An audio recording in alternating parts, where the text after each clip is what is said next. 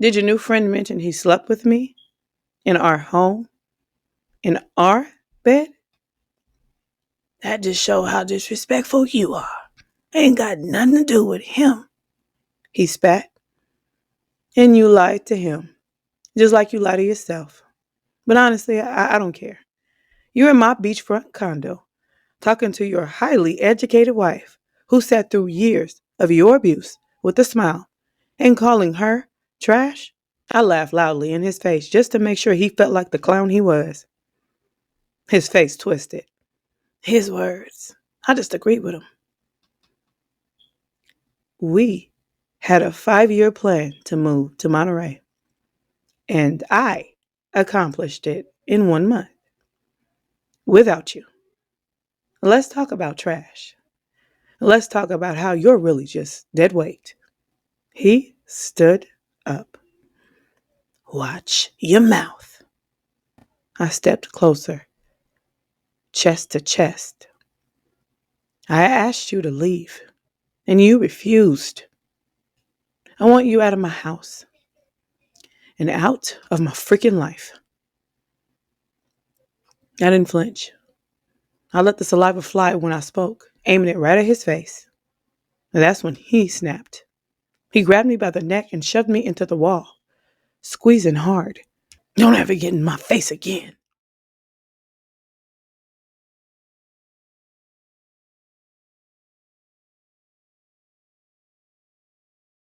As I sit in my condo, wine glass in hand, I can almost taste the bitterness of it all. The man I thought would be my forever had been nothing more than a dream, one I built on a foundation of lies. And wasn't that what I had always done? Built dreams out of lies? For years, I convinced myself that love could fix everything, that I could fix him, fix us. But the truth was, I wasn't broken because of Donovan, Quasi, or Michael. I was broken because I had never taken the time to fix myself. I had spent my life pretending to be the glue that held everything together, but I was the one who was falling apart. And so, as my children slept peacefully in their rooms, and the soft hum of the ocean waves filled the silence of the night, I realized this was my moment, my life, and I was the centerpiece. It was time to rebuild, not around anyone else, but around me. I had always believed that being the glue gave me strength, but now it also gave me the power to dismantle the things that did not serve me. I habitually sought people who fit into my center, mistaking companionship for wholeness.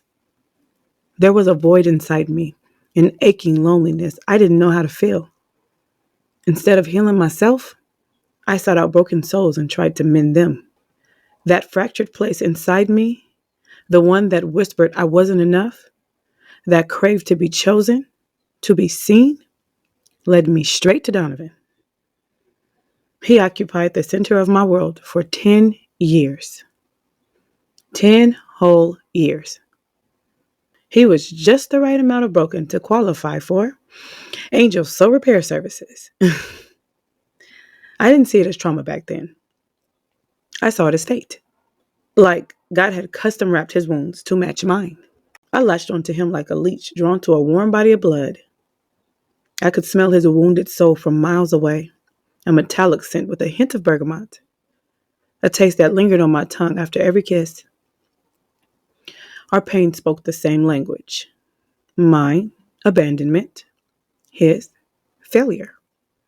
And somehow it all translated to passion in the beginning. Donovan was a tall man with smooth, dark skin that gleamed like polished ebony under the sun. Everything about him was beautiful. Broad shoulders, a chiseled jawline, full lips that rarely smiled, but always kissed with meaning. His eyes, though. His eyes were the only thing that gave him away. Sharp and stormy. like they carried secrets too heavy for a man his age. They didn't quite fit the rest of his soft, inviting face. But that's what made me fall, because I recognized that look, the weight of dreams deferred, the silent war of trying to be something more in a world that expected so little from us. He once dreamed of being a football star, had the build, the skill, and the drive. But when that door closed, he settled for the refinery, working side by side with his father. He made good money for a young single black man, but he moved through life like someone still chasing the ghost of a touchdown that never came. I respected him for how hard he worked. That man would take a 30-hour shift without flinching. I used to think it was just his grind. Now I see it was also his escape. When we met, I was only 18, too young to know that love doesn't fix what therapy should. But he made me feel wanted, needed, seen. And I made him feel whole, at least for a little while. We met in August. By January, we were tangled in declarations of love we couldn't take back. He was 21. I was fresh out of girlhood, still clutching dreams of fairy tales and forever. But in my mind, we were already halfway down the aisle. Girl meets boy, they fall madly in love, they marry young, have babies, and live happily ever after. I was writing our love story in real time, convinced it was unfolding exactly as it should. In those early years, Donovan really was everything I thought a good husband and father should be. When we had our daughter, Harmony, he changed overnight. He became someone I didn't even know he had in him.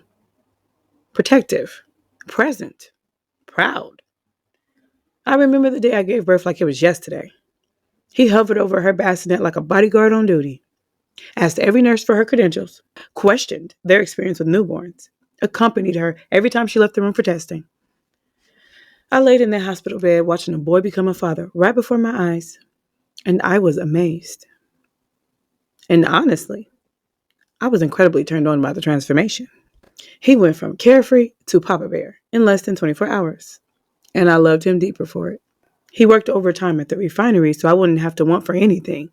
Harmony's onesie collection rivaled celebrity babies. And when he handed me that Bottega as a push gift, I laughed through my postpartum tears. Not because of the gift itself, but because for a moment, I felt seen and cherished, loved. But that's the thing about love rooted in brokenness. It blooms fast, wild, and beautiful. But sometimes it doesn't survive the weight of healing. And while our love started in the cracks, eventually, those cracks became canyons. Even still, he adored our baby girl. He burped her, changed her, and rocked her to sleep. He let me rest, taking her on long walks around the neighborhood.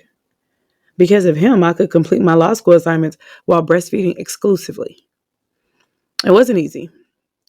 Juggling marriage, motherhood, and coursework at 20. Yet, I kept layering on the responsibility. Donovan supported me every step of the way. He believed in my potential in a way no one ever had. He told me my name would be in news stations and in history books. He funded my dreams without hesitation, dropping hundreds of dollars on the latest textbooks, so I'd never have to settle for outdated versions. The mother of my children would never hold or wear nobody's old dusty nothing, he'd say. As the third oldest of 5 girls, I spent my childhood wearing hand-me-downs. Hearing my husband say that made me feel worthy. I didn't know if I deserved someone who cherished me that much, but I knew I liked it. Then came year 5. We welcomed our son, Huxley. He was an easy baby, as long as he was latched to my breast. And so I nursed him constantly, more than I even breathed, it seemed. By then, Harmony was 3, walking alone, but I was still drowning in the weight of it all. And that's when the cracks in our marriage really began to show. I started eating uncontrollably, not out of hunger, but to soothe the ache of constantly feeling alone, overlooked, and undesirable. And Donovan, he just disappeared. Not literally, but emotionally. He was never home. Not to talk to, Not to help? Not to hold me when I cried in the middle of the night after nursing a newborn? Not exactly the warmest welcome for our baby number two, but that was my reality. He hired a nurse to assist me during postpartum, not out of thoughtfulness, not because he wanted me to be cared for, but because he wasn't around enough to do it himself. He was always at work, always just grabbing a quick drink with coworkers, or helping someone move, or running a late night errand.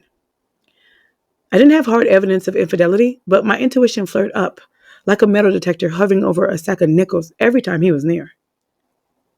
And when I finally got the nerve to confront him, heart racing, throat dry, he acted like I was crazy. Donovan, are you seeing someone else? I asked one night, voice trembling more from exhaustion than fear. Just tell me the truth. I can handle it. He barely blinked. Where is this coming from? You're never here. You barely touch me. And when you do, you feel distant, off. You're tired. You just had a baby.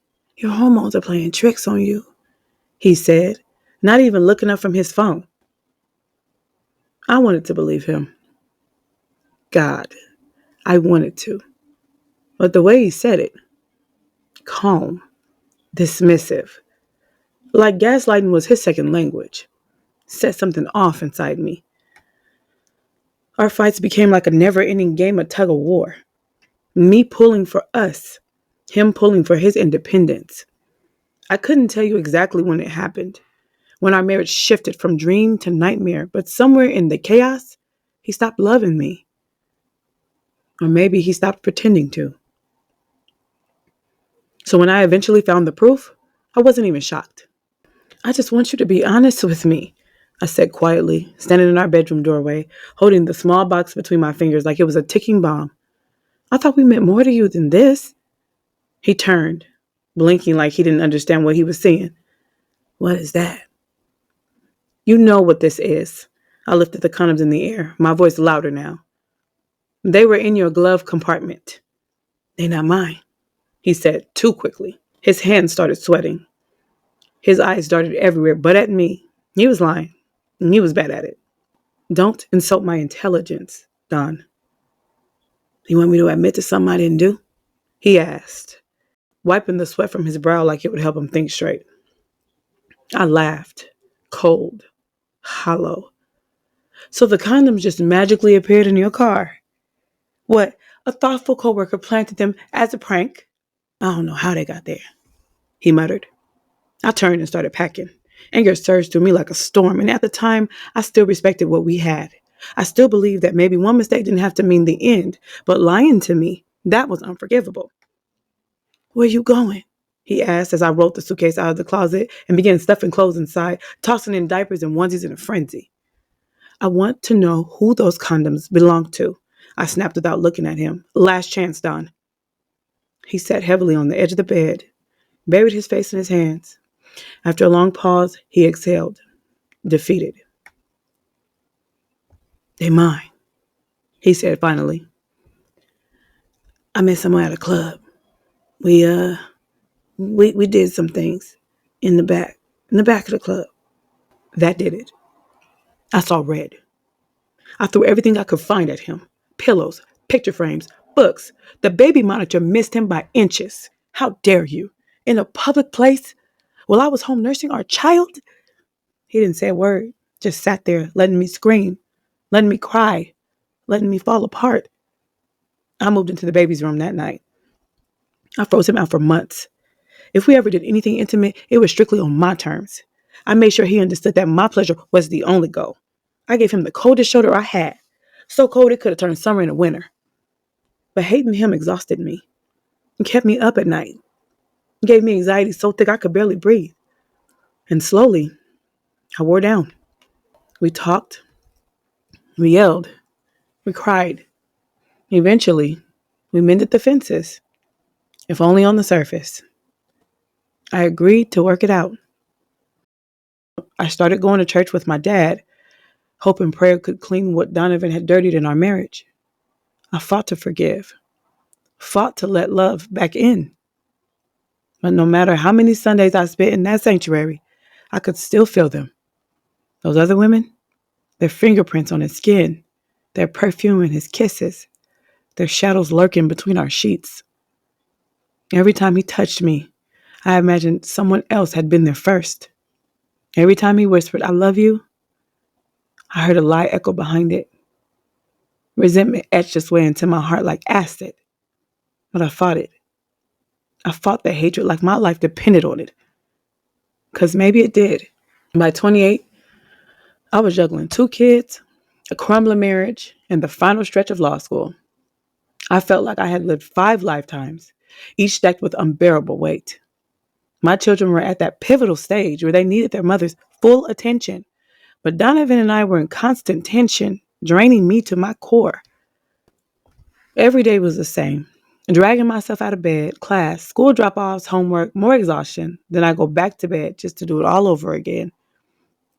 By year 9 of our marriage, my delusions were fading. My grip on the facade of what I thought we had was slipping, and the fact that I'd married a man who hated me was beginning to seep out of every conversation, every argument. I once caught him talking horribly about me to his mom. His voice was low, but laced with venom. And when I confronted him, he looked me dead in the eye and said, "You know how emotional you get. I just needed someone to talk to." That was his thing, flipping the script, making people believe I was the crazy one, feeding into this idea that he was just surviving me, that I was the storm and he was the innocent man weathering it. He didn't take accountability. He mastered the art of weaponizing my feelings. My reactions were the problem, not his lies, not his cheating, not his silence when I cried myself to sleep. One morning, I woke up, looked at the man laying next to me, and felt nothing. No love, no admiration, no warmth, just a crushing realization that I had made a terrible mistake. The regret of marrying him sat heavier on my chest than my course load at UC Berkeley, and that's saying a lot. I had always prided myself on being a high achiever. Top of my class, internship offers, professors singing my praises. But now, I was grinding through every assignment with one goal in mind: escape. At first, I told myself I'd relieve Donovan of his financial responsibilities, show him I could stand on my own 2 feet. But the deeper I stepped into the reality of our marriage, the more I realized I didn't owe him anything. Not freedom, not peace, certainly not grace. I wanted my own income. I wanted my own life, and I wanted out. My counselor was the only one who knew my plan. I'd graduate, land a job, and by year 10, I'd be ready. Year 10. That was the year I'd surprised my lying, cheating husband with divorce papers on our anniversary. I had even made a Tenderoni profile just for fun, just to test the waters. One of my classmates introduced me to the app over drinks, and that night I went home, propped myself in bed, and swiped until my thumb got tired. The options? Underwhelming, bland, vanilla. I deleted and remade my profile at least 3 times in a single month. Where are all the fine niggas? I muttered one night, annoyed, swiping past an endless sea of hiking enthusiasts and awkward bios filled with dad jokes. Still, I kept scrolling, low-key hoping for a chocolate dream to pull me out of this vanilla nightmare. Then, our 10th anniversary rolled around, and like a fool, I went softer than a damn marshmallow. Because, like clockwork, Donovan pulled out all the stops. He boasted about the amazing day he had planned. "All you gotta do is show up, baby," he told me, smiling like the man who hadn't held me during a panic attack 2 weeks ago. But I was tired of doing something for someone at all times. So being told I could just show up, that sounded like a full body massage. I woke up to breakfast in bed, mimosas, shrimp and grits, a side of fresh fruit, and an envelope that read, "To the love of my life."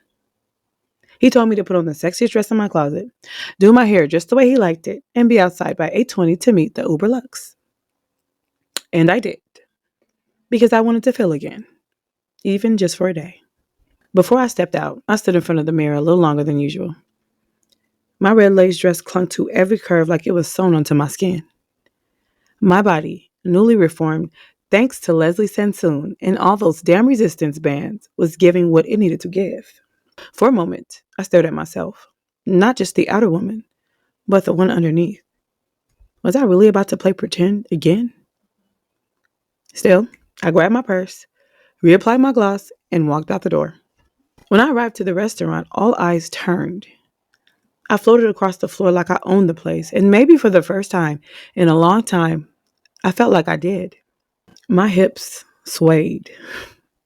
My switch was tight enough to dim every light in the room, and baby, I was feeling myself. Donovan stood, mouth curved into a grin, pulling out my chair like he was Prince Charming. I sat beside him, slid my hand over his shoulder, and pressed a kiss to his cheek. "Thank you," I whispered, a part of me giving into the moment. "You look beautiful," he said, his eyes taking their sweet time over my curves. "And you look delicious." He leaned in, threading his fingers into my curls, finding the nape of my neck and pulling me into a kiss that made my spine shiver. This man had always known how to stir the fire. We ate. We laughed. He booked a winery where a live jazz band played Anita Baker, my favorite. We danced like no one was watching. And even if they were, I didn't care. Later, during the private dessert and wine tasting, he let his hand slip beneath my dress more than once. I brushed against him, teasing, playing our old game. It was the first time in ages we just enjoyed each other. No lies, no hesitation, no silent battles simmering under every look. Just chemistry. "What turns you on?" I smirked. "A man who knows what he's doing, who listens, who leads." He said, licking his lips. "And what would that man do if he had you right now?" "Depends." I leaned in, tracing my fingers down his chest. Is he just trying to impress me? Or is he trying to keep me? He chuckled. "Why not both?" Then he'd have to make me forget every man before him and every pain he ever caused. Donovan looked at me, his playfulness fading just for a second. "I think I'm ready to try." He put his card down and signaled for the check. Needless to say, the ride back was hot. Too hot. The Uber driver looked conflicted, eyes flickering from the road to the rearview mirror. I'm sure he wanted to kick us out, but curiosity had him hostage. We didn't go all the way, just halfway, because we liked to wild out when we did it. But that backseat wasn't big enough for the kind of love we made. All right, I won't lie. I enjoyed myself.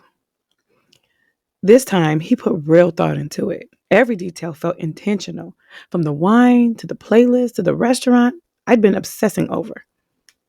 And then the gift, matching chains. His said, her king, mine, his queen. He took my hand, looked into my eyes, and said, "This is my way of telling the world it's us now.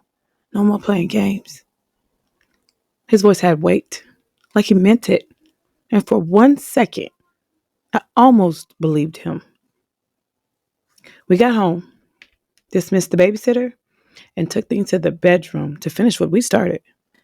Donovan had always known how to make love to me. That was part of the problem. His lips, his hands, his timing. He played my body like a symphony. He unraveled me like I was his favorite story. And just as I was losing myself in it, just as I was surrendering to the pleasure, I felt it. His body hesitated. His movement stilled. And then he softened. I blinked up at him in confusion, humiliation sinking its claws into me. Self-doubt rushed in like a flood. Was it me? Did the sounds of my pleasure turn him off? Was he thinking about somebody else? Was I not enough? Panic flared in my chest. Before I could stop myself, I grabbed his phone off the nightstand and sprinted to the bathroom, slamming the door shut. "Babe, don't do this. It's not what you think," he pleaded. his voice low but careful. My hands trembled as I unlocked his phone. And just like that, there it was. The confirmation. The text thread was fresh. Too fresh. Had a great time last night. Hope your wife enjoys the accommodations we planned for her. Accommodations? We planned for her? My stomach churned. The flowers. The dinner. The perfectly tailored evening. All of it. His side chick had curated every carefully placed detail. Connie, 8 years. For 8 years, this woman had been screwing my husband and playing event planner for our anniversary. A sob tore through me as I dropped my head into my robe, tears spilling uncontrollably. I had spent the entire night thanking him, praising him, falling into his arms, believing for just a second that maybe, just maybe, we could be salvaged. And all along, I had been nothing more than an afterthought. A woman like me is too loyal and honest to cheat. But infidelity was the deal breaker. And oh, sleeping with your hoe while planning our anniversary? That gave me a ticket to ride another man. I stood before the mirror, forcing myself to digest my reflection. I unlocked the phone and compared myself to my husband's mistress. Every picture of her was either naked or in lingerie. I looked back into the mirror and removed my robe, examining my chunky medium brown frame. It's given I had 2 kids, I muttered, frowning at my shape. My youthful thin face contradicted the aged, heavy, and curved frame I carried. I pulled myself together, washed my face, looked into our massive oval mirror, promised myself this would be the last time I cried like this over Donovan's dumbass. I let the sink fill up, dropped his phone in the water, and watched it sink to the bottom. Then I opened the door and told him, "You do you, and I'll do me." "What the fuck does that mean?" he yelled after me, but I was already gone, stepping out for a drive to clear my head, still wearing my silk robe soaked in tears.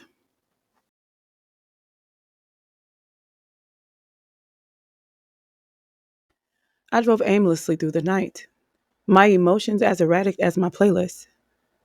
One moment, I was cursing vehemently to Cardi B. The next, I was sobbing over Vivian Green's emotional roller coaster. My mind felt foggy, like I was in the passenger seat of my own life. I ended up at the beach. The waves crashed against the jagged rocks as if seeking protection from the wind.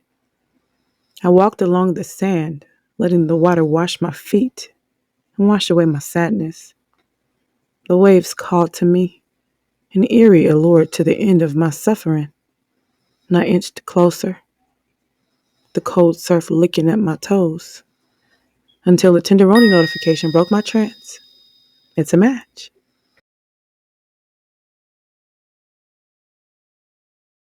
I pulled out my phone and saw two of the most gorgeous chocolate faces I had ever seen. Both men sported natural loose locks and had healthy beards.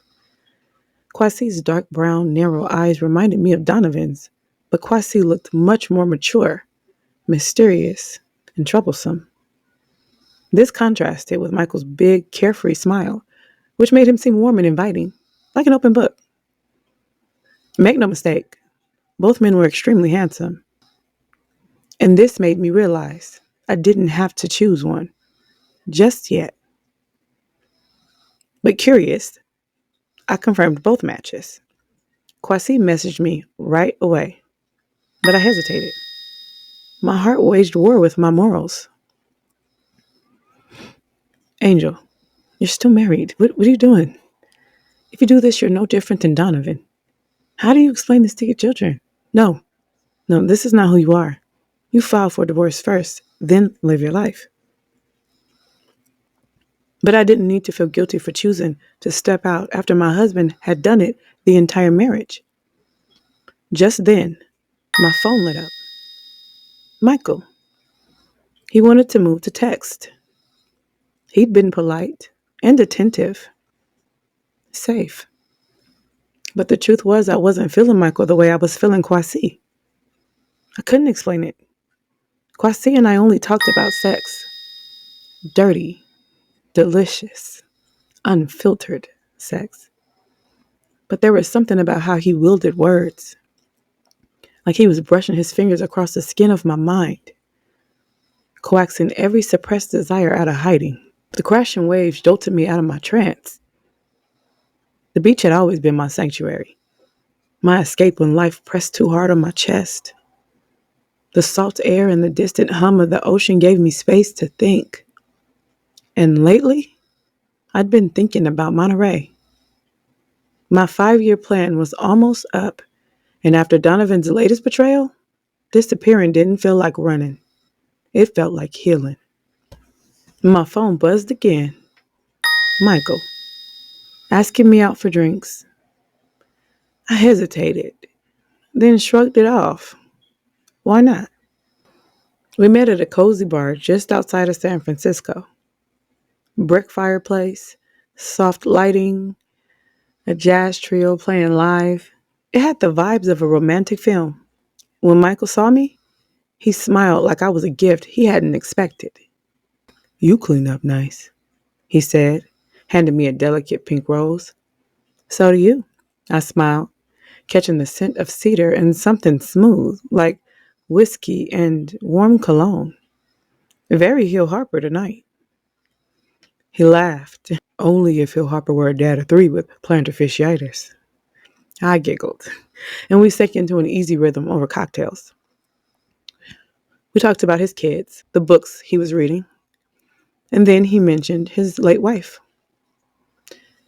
She had this annoying habit of singing while doing the dishes. Off key, every time. I used to hate it. Now, I'd give anything to hear it again. I didn't realize I was crying until he reached across the table and gently wiped a tear from my cheek. Sorry, I whispered. Don't be. You feel things deeply. That's a strength, not a flaw. Later, we danced slowly, led by the music and his gentle guidance. I felt safe in his arms, seen, protected. I landed home just in time to miss Donovan. The moment my bra was off, I texted Quasi. What you doing? He started typing, but stopped. So I called him. Straight to voicemail. Just as I laid my head on my pillow, he FaceTimed me. Hello, I said politely. Wake your ass up, he said aggressively. I called you like an hour ago. I sat up and just looked at him. There was a look in his eyes that said he expected me to invite him over. Harmony and Huxley were at my mom and dad's. Donovan was at work. Why couldn't I have company? I sent him the address, and he showed up 20 minutes later, smelling like Hennessy.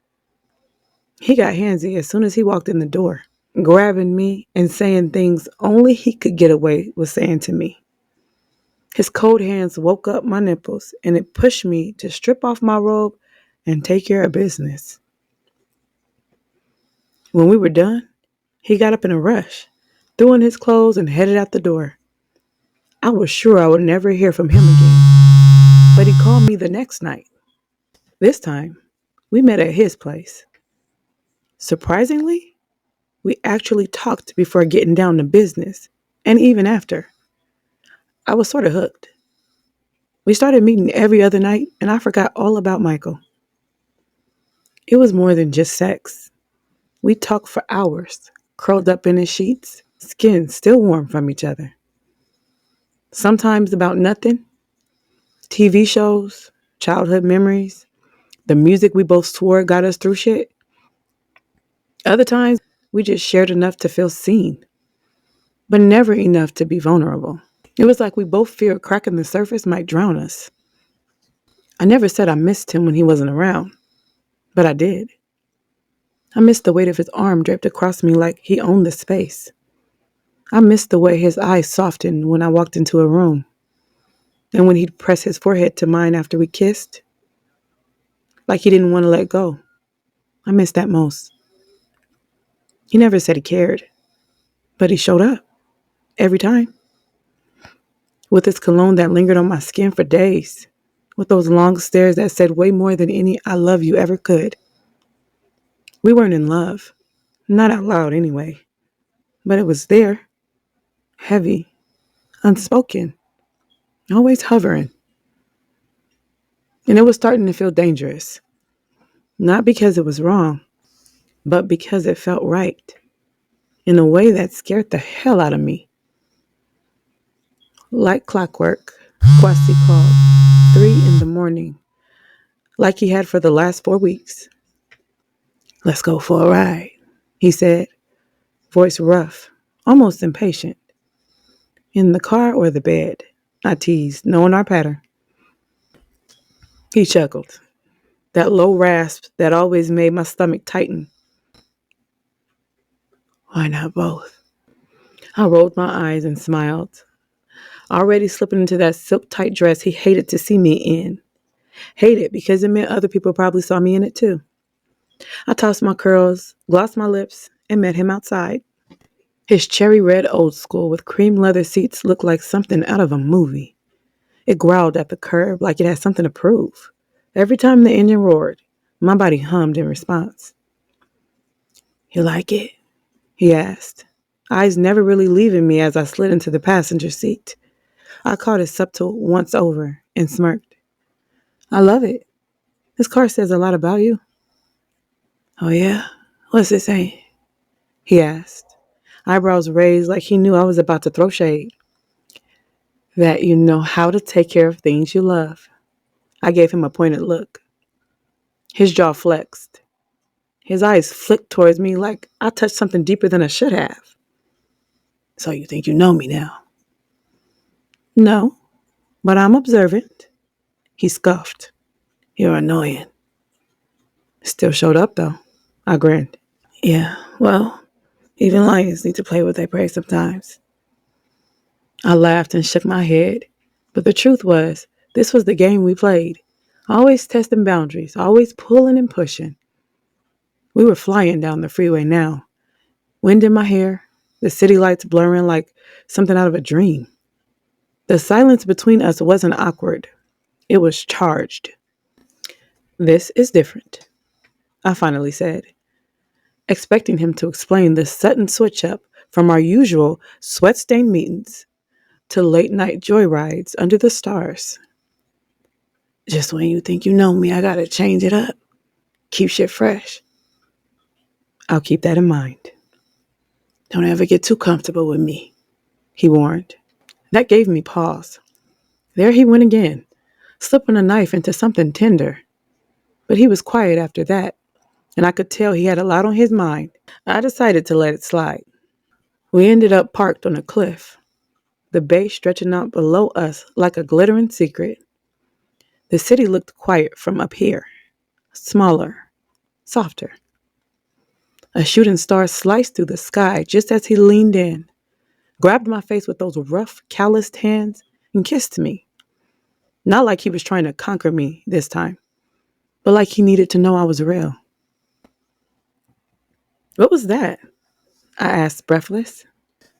"Someone once told me a kiss under a shooting star brings good luck." "Oh, so you're trying to get lucky?" I teased. "Already am." His voice softened, but something shifted behind his eyes, something heavy. And suddenly, he wasn't teasing anymore. "What is it?" I asked gently. "Today was rough. Not work, just life." I could see him folding into himself, like a man who didn't know how to ask for comfort, a man who thought silence was strength. My heart pinched. I laid my hand over his and leaned on his shoulder. My dad used to get on me about bringing the bad stuff home. He'd wait at the door and instruct me to take it off. He chuckled faintly. "Take what off?" "Everything that weighs you down." He exhaled, then stepped out of the car, making a dramatic show of pulling off his hoodie and tossing it into the air. "Go," he said. "Just for now," I whispered. We talked until dawn. About everything. About nothing. He opened up about his twin daughters, his ex-wife, his new role as partner at a firm in San Francisco. He didn't give me all of him, but he gave me pieces. And every time he shut down, I gently nudged him open again. It was draining, but somehow it was worth it. When he dropped me off, his fingers lingered on the steering wheel, like he wasn't ready to drive away, like leaving meant going back to who he was when I wasn't around. "I don't think I ever enjoyed a woman's company like that before," he murmured. "It won't be the last time if you keep dealing with me," I whispered, brushing a kiss on his cheek. That look he gave me, raw, unreadable, followed me into the house.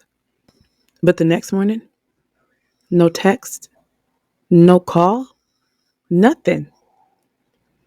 I kept busy, let the days pass like they didn't itch under my skin, but the silence gnawed at me. And after a week, I had to face it. He ghosted me. So I slid back into Michael's messages. He welcomed me warmly, never once asking where I'd been, and that made me feel even worse. He invited me out again, this time to a rooftop bar. The view was stunning, the wine perfect, and he made me laugh, really laugh. I was nervous you weren't feeling me. I looked at him, really looked. Kind eyes, strong hands, safe. And for a moment, I wished I was feeling him the way I was feeling someone else. Walking into the office that Monday, I was not ready for the universe's joke. There he was, Quasi, laughing with my dad. I choked on my coffee. My dad gave me a curious look. "Angel, come meet my old friend.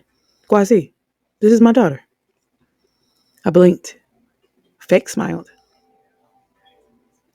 "Nice to meet you." He didn't flinch, didn't blink, just stared, cool and unreadable. "I gotta get back to work," I said with a tight smile, my tone syrupy with sarcasm. Inside my office, I cursed him in every language I knew. Then I saw the email. Subject, boo, ghost emoji. The body said, "You look like you saw a ghost." I stared at it, took a deep breath, and clicked delete. If I replied to that fool, it would not be office appropriate. "I got an angel on my line," he answered in that deep, raspy, seductive voice. Quasi always knew how to get under my skin with just a few words. "I need you to grow up," I said. "Guess you can't take a joke." You asked me why I was single that night. And the answer is, men like you. My voice turned cold. "According to your dad, you're not single." "Is that why you ghosted me?" I asked. Silence. "That's fine. I have a very plush life. You were just an ant in a coliseum of bulls." "This ant had you pulsating at the sound of my voice." There it was. That cocky confidence that made my thighs tighten. Goodbye. I hung up on him. Later that night, he crept into my office and sat across from me, trying to catch my attention. I was deep in my work and barely acknowledged him. "Angel," he whispered with that thick Bay Area accent and sultry tone. I tilted my head up, unimpressed. "I want an apology." "For what?" His head snapped back, ghosting me.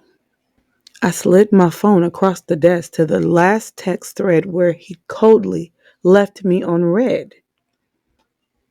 "No," he said boldly. "Excuse me?" The tension in the room was so thick it clung to the walls like fog. Quasi stood in front of my desk with that smug, arrogant grin he wore like armor, chin tilted up just enough to look down on me. I could see the vein twitching in his temple, his fist clenched at his sides, but still trying to look unbothered. "You're spoiled," he said, voice sharp like broken glass.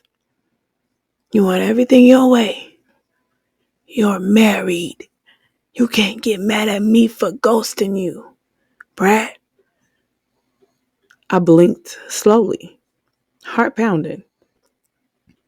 "Oh, you're jealous I had a dad to spoil me." I tilted my head, my voice honey slick and taunting. His jaw tightened and his face flushed crimson. "Bullseye." "How dare you?" He spat at me, stepping closer. His breath was hot, his tone venomous. "When I walked into your office, I saw all those pictures of your mom, but none of your dad. So, a man like you would be jealous of a spoiled brat who had a dad, a present dad, a great dad. Now you're trying to humble me." I leaned in, and my eyes locked on his. "But you really could learn a thing or two from me." "Never," he growled, practically shaking with rage now. He had the look of someone who just realized he'd lost control of the room and couldn't stand it. I could feel the power shift. It turned me reckless. "I could teach you how to be a man," I whispered, slow and deliberate, twisting the knife. "Since you didn't get that lesson." Quasi's eyes burned. His nostrils flared. He looked like he wanted to punch a hole through the wall, or maybe just scream. Either way, I had his full attention, and it was ugly. "Women like you deserve to be alone." His voice dropped to a growl, deep and sharp. Without thinking, I grabbed the nearest pin and launched it at him. It bounced off his shoulder and clattered to the floor. "Get out of my office." He didn't flinch. Instead, he grinned like a wolf who had just smelled blood. He loved to see me agitated. "Make me." I walked around the desk, fury rising in my throat like a scream. I reached for his arm, ready to drag him out myself if I had to. We must have been louder than I thought, because just then my father appeared in the doorway, his brow furrowed, concern radiating off of him like heat. "Everything okay in here?" he asked, eyes darting between us. I straightened up, smoothed the front of my blouse, and gave Quasi the coldest, most composed smile I could manage. "I think he's lost," I said smoothly. "Can you show him to his office?" Quasi's jaw twitched, but he said nothing. "Of course," my dad replied, stepping aside and gesturing toward the hallway. Quasi brushed past me without another word, but I could feel the heat of his glare against my skin. Good. Let him burn. I'd had enough of smooth liars. If he thought I was easy prey, he had another thing coming. This curvy Barbie came equipped with verbal daggers. Really, I could only handle one narcissist at a time. I'd apologize later, but right now, he needed to know how it felt to be left wondering. Surprisingly, later that night, I got a text from Quasi. "Let's take a ride." Simple, straightforward, like he was doing me a favor. Even though I had a mountain of work to do, my body betrayed me before my brain could say no. I stared at the message for a second longer than I should have, then pushed my laptop away. I threw on a tight black outfit, the one with the low back and the cinched waist he once said made me look like sin and salvation. I pulled my hair into a slick ponytail, dabbed gloss on my lips, and let the night swallow the part of me that knew better. He picked me up in his silver Audi. The music was playing low. Snow Allegra's voice bleeding through the speakers like the calm before the storm. We didn't speak at first. We just rode. The air was thick. I rolled the window down and let the breeze hit my face, hoping it would clear my head. It didn't. Finally, Quasi spoke. "So what the fuck was that earlier?" I swallowed, keeping my eyes straight ahead. You mean when you walked out like a toddler in timeout? He chuckled, but it wasn't real. It was sharp. Nah, I mean when you disrespected me. I turned to face him slowly. You mean when I finally matched your energy? Quasi gripped the steering wheel tighter. His jaw clenched. You always gotta be difficult. Always pushing people away and acting like you some goddamn victim. Victim? You gaslight me. Talk down to me. Make everything my fault and I'm the victim? Or do you just hate being held accountable? You're just like all the rest, he muttered. All mouth, no substance. And you're just like Donovan. I snapped, my voice raising without my permission. Smooth, charming, emotionally unavailable, and controlling as hell. Quasi hit the brakes hard, pulling over on the side of the road. The tires screeched against the gravel. He turned toward me, his eyes dark and unblinking. Don't you ever compare me to that weak-ass nigga. I didn't compare you. I identified you. The silence that followed was frightening. Not loud like earlier. This was a silence that waited to explode. Quasi leaned in closer. You think you're so damn smart. You're so evolved. But you're broken, Angel. That's why you keep choosing men like me. I chose me this time, I whispered, the truth settling on my chest like a brick. I wanted to believe you were different. But this is Donovan all over again, with a longer beard and a better playlist. Quasi scuffed. You think you're better than everybody? No, I hoped you were better. That's the problem. He leaned back in his seat, shaking his head. You ungrateful as hell. I've been there for you. I put up with all your baggage, your daddy issues, little breakdowns. I stayed. You didn't stay, Quasi. You lingered. I said, trying not to scream. You stayed long enough to make sure I was cracked open, but not long enough to care what fell out. His hand slammed against the dashboard. I flinched. See? That. Right there. Always acting like I'm some kind of threat. You are. To my peace, my self-worth, you everything I promised myself I'd never settle for again. Another chuckle. I ain't even tripping off this. I'm just here for the sex. Keep the dramatics to a minimum. Thanks for the reminder, you fucking narcissist. No problem, drama queen. Let me out. I'll walk home. But he didn't let me out. And we ended up at his place. When we got there, the rain was still tapping against the window pane. When Quasi pushed me up against the cool glass, his breath got hot against my neck. My thighs were wrapped around him, one heel clinging desperately to his belt loop. His mouth was rough, biting at my collarbone like he was punishing me for every time I pushed him away. And I let him. I let him take out all his anger, all his bruised ego on my skin. His hands were all over me, controlling, claiming, trembling slightly with rage and lust. It was always like this with us. Ugly words first, then hands that couldn't stay off each other. Passionate, violent, addictive. Say it, he growled into my ear, grinding against me. No, I whispered, teasing him, watching his control slip away. He shoved my panties aside and entered me in one fierce thrust that made my head hit the glass. A gasp escaped my lips, but I didn't stop him. I wanted this. I needed it. His rhythm was punishing, like he was trying to erase every word I'd ever said that cut him too deep. You don't own me, I hissed through gritted teeth, even as my body betrayed me and melted into his. You say that, he moaned into my mouth, but you always come back. And he wasn't wrong. That's what pissed me off. We collapsed onto the couch, tangled in the aftermath. Our breaths were heavy, the silence thick. Then, like always, it started. You know what? I sat up, pulling the blanket over me. You treat me like shit, Quasi. Please, he scoffed. You like it.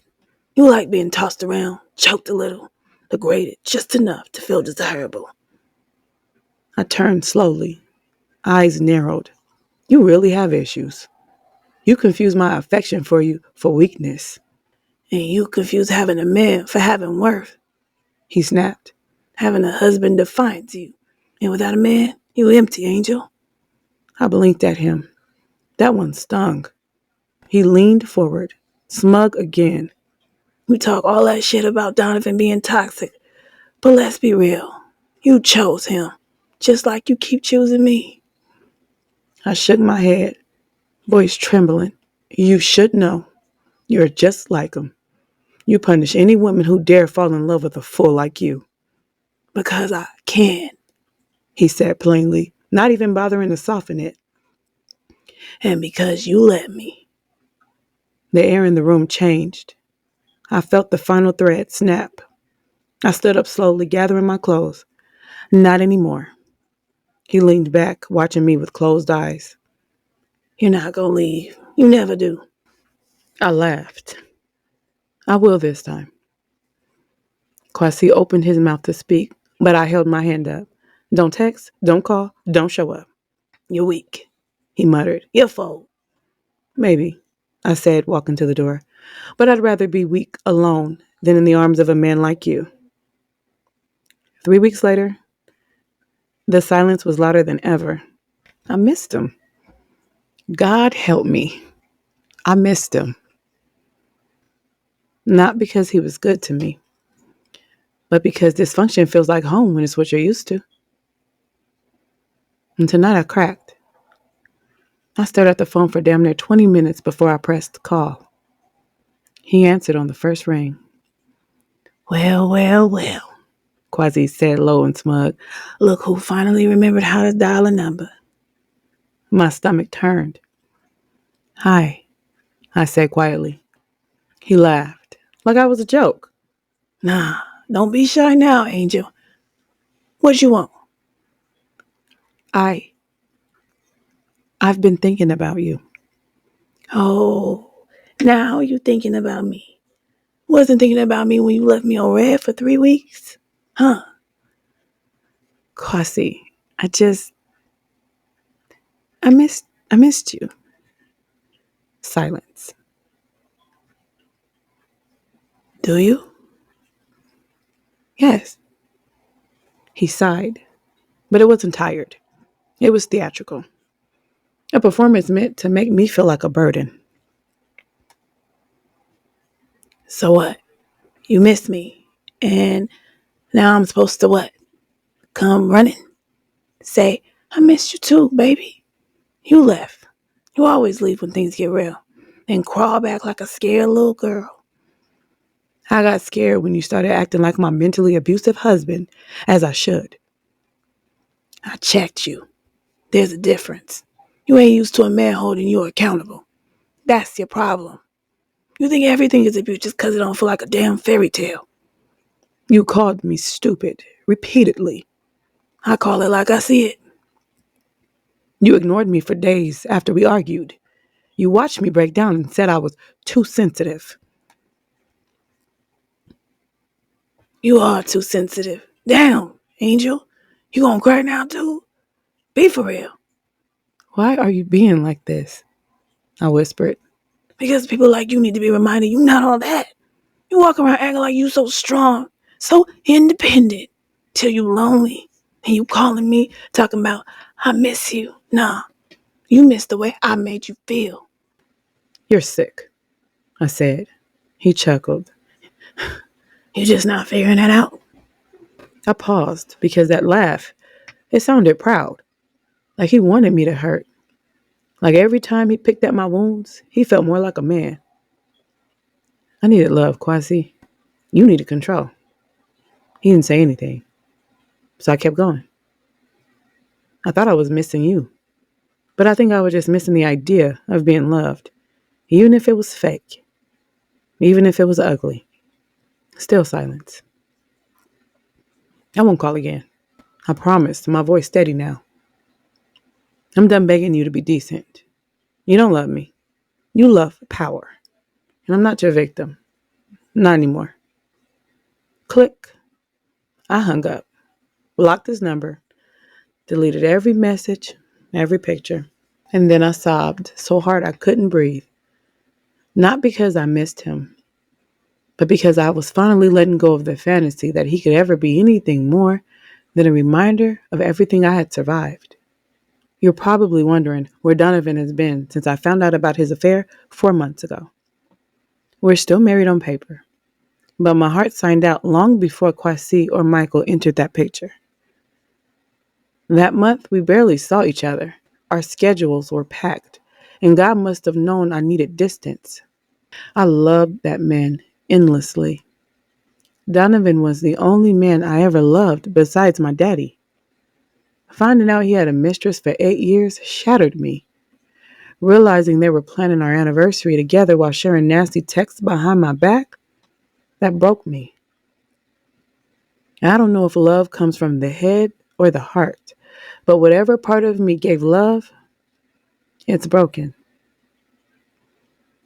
Can we talk, babe? Donovan asked last week. I mumbled something about getting the kids ready and rushed into the kitchen. Harmony and Huxley were already at the counter. My babies, I said, kissing their foreheads. Thank God for them. They were the perfect excuse to avoid him. Harmony, are we still doing matching pajamas with the girls? Donovan lingered in the corner, eyeing me. He was usually gone by now. Clearly, he'd taken the day off so we could talk. My stomach tightened. 45 minutes passed, and the kids ran out yelling, "We have rides! Love you!" My heart sank. Any other morning, they'd beg me to take them, but not today. Today, they conveniently had rides. I stayed by the door, waving and shouting last-minute reminders just to keep Donovan from getting close. He crept up behind me. "Angel, why are you ignoring me?" He grabbed both my hands and looked into my eyes. "Ignoring you?" I laughed coldly, pulling away. I went to the couch and cranked the TV up. "We're still husband and wife. We need to talk." He grabbed the remote and shut the TV off. I sighed, rubbing my scalp. "Not for long," I whispered. "Angel, babe, no, you don't want to talk. You want to convince me that I didn't see what I saw. Some of those messages were out of context. Jokes, even. Shut the fuck up." I stood, fist clenched. One more lie and I'd swing. "You're great at lying, Donovan. Damn near professional. I just wish you were as good at loving me." My face burned and a tear escaped. One turned to many. "I guess Mike, and Quasi know how to love you better than the man who loved you for 10 years. His smug face pushed me over the edge. I smirked. This nigga was ridiculous. Mispronouncing their names on purpose, despite having a whole side chick for nearly a decade. It's Quasi and Michael. And they're the last people you should be worried about. I just met them. You, on the other hand, have been creeping for years. I wonder what your dad would think about you screwing your coworker, the one who just happens to be his mentee. That's not his business. What if I made it his business?" A knock on the door. My heart skipped.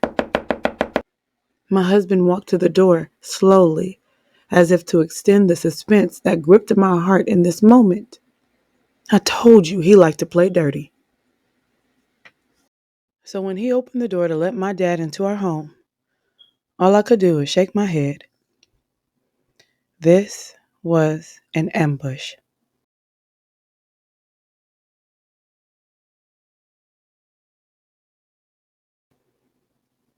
My dad's face said it all. Concern, disappointment, the whole cocktail. I sat frozen.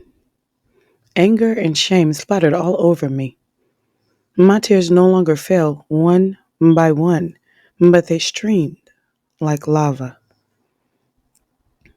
Donovan sat on the arm of the couch, elbows on his knees, locking eyes with me.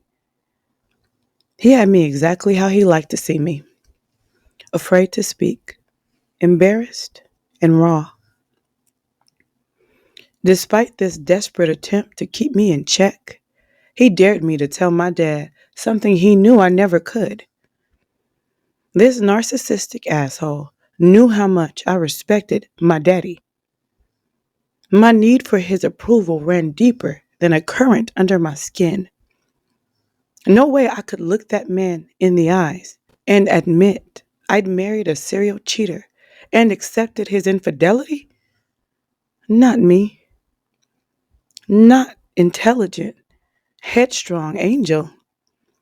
No way. No way I could look that man in his face and tell him I fell for the games, just like all women do. The three of us sat in the loudest silence I've ever known, each breath between us heavy with things unsaid. Donovan looked smug, like he just won some twisted game of emotional chess. I was mortified. And my dad, he was something worse. Disappointed.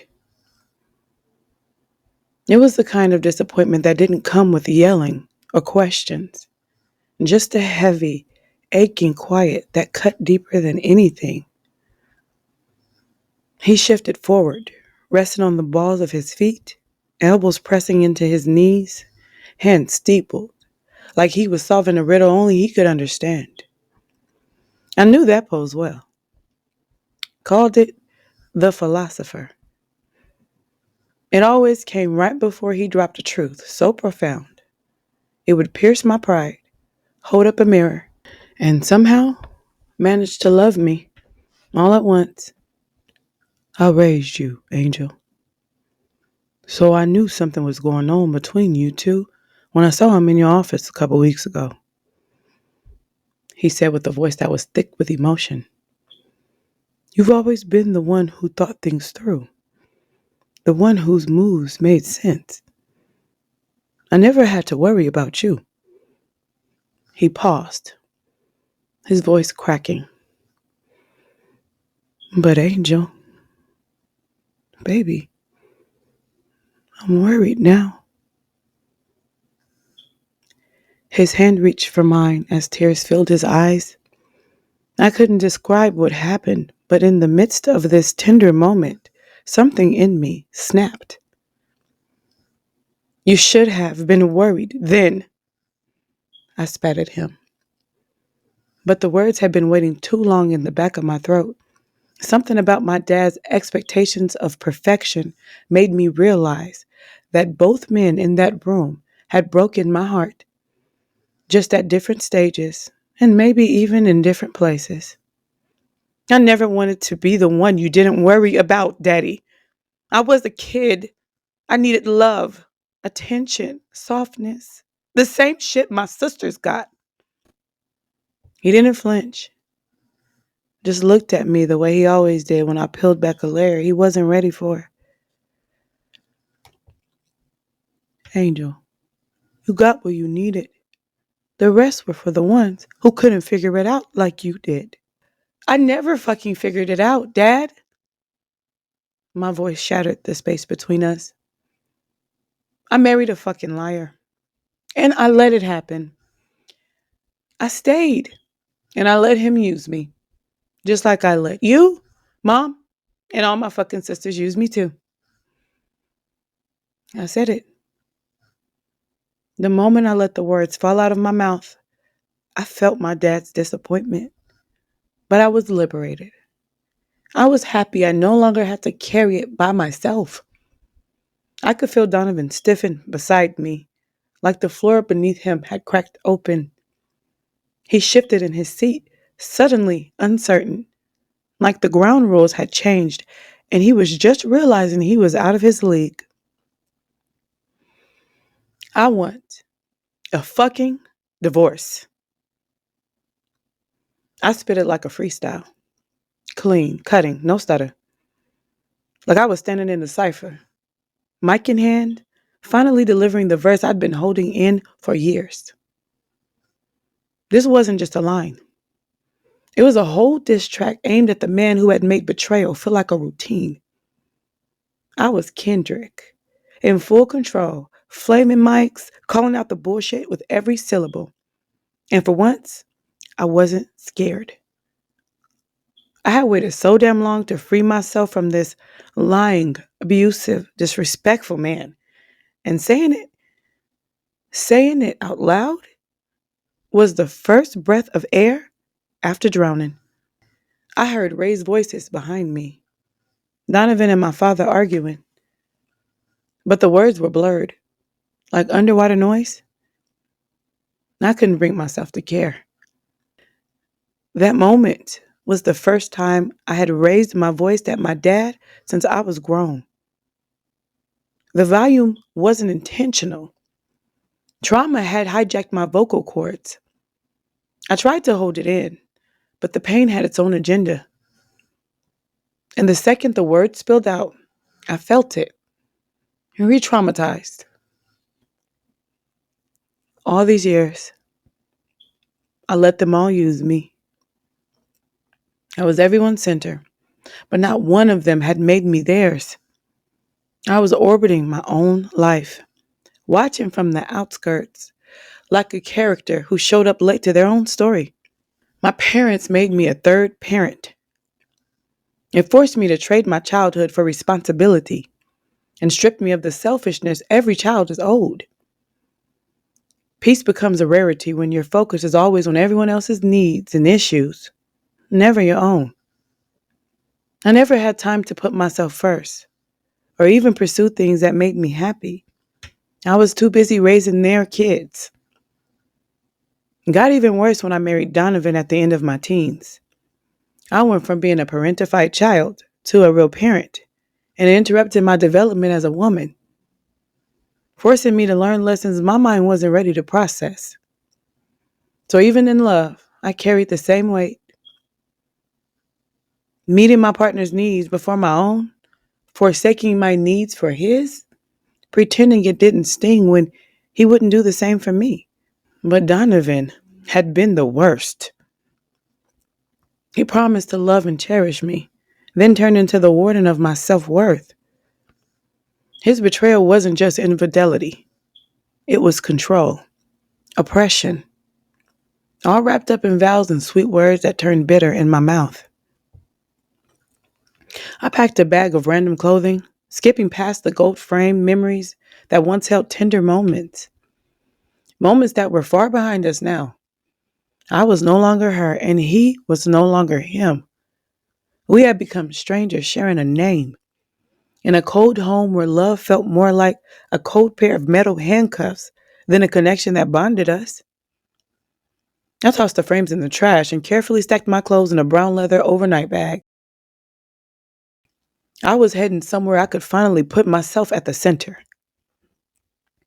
A place that would welcome my jaded, broken soul, soothe the cracks with healing ointment, and allow me to exist as a whole individual.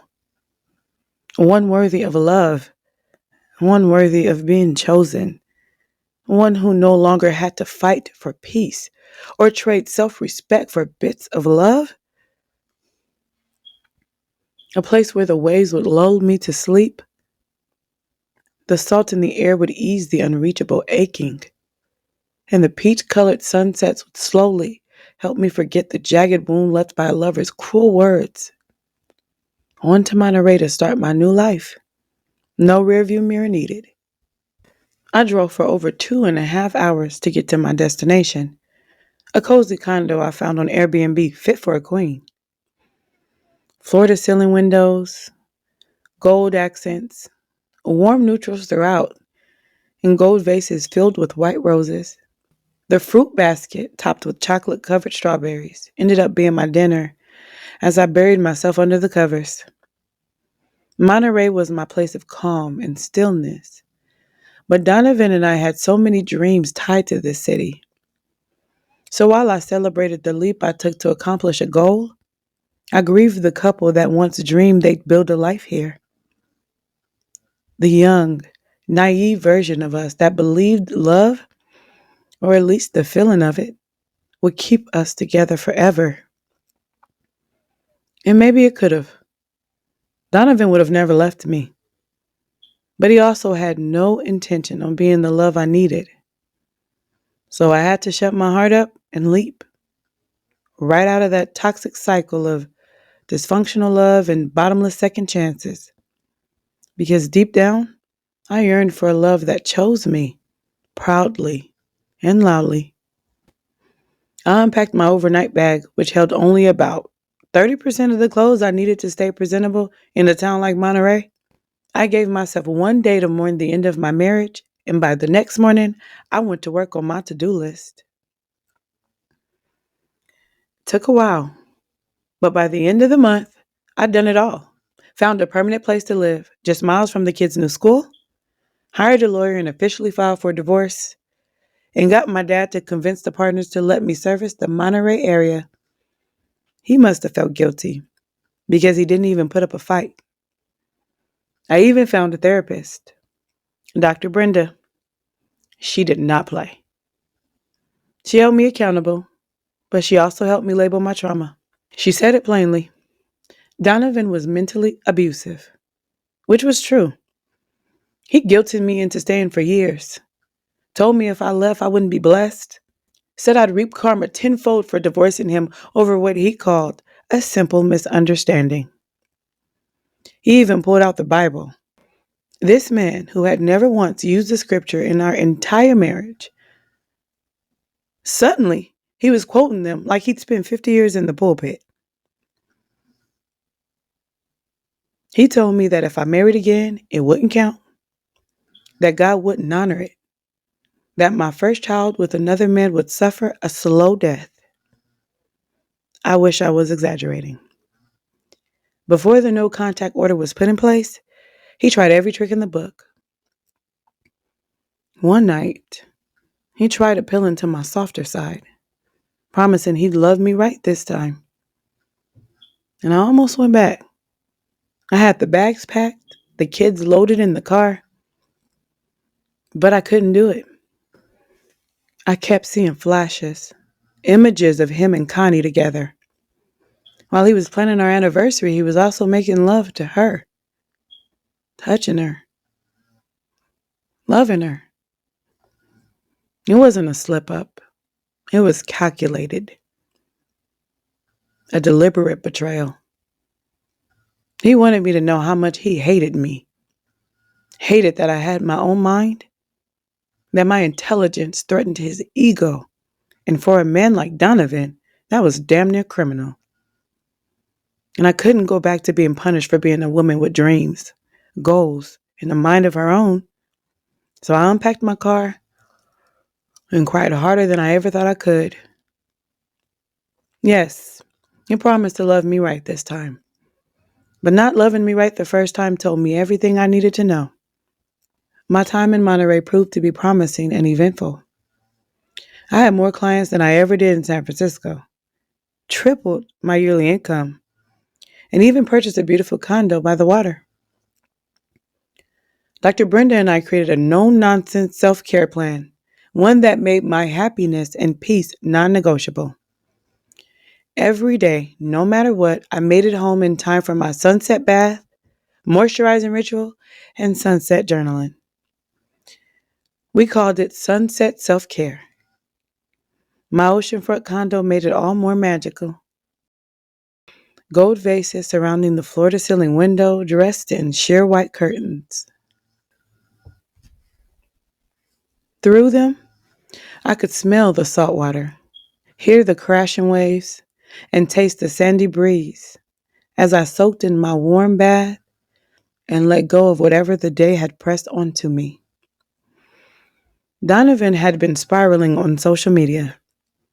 Same tactics, new audience. He was saying the exact things he used to text me, only now in public. We weren't even friends on Facebook anymore, so I guess he figured I wouldn't even see it.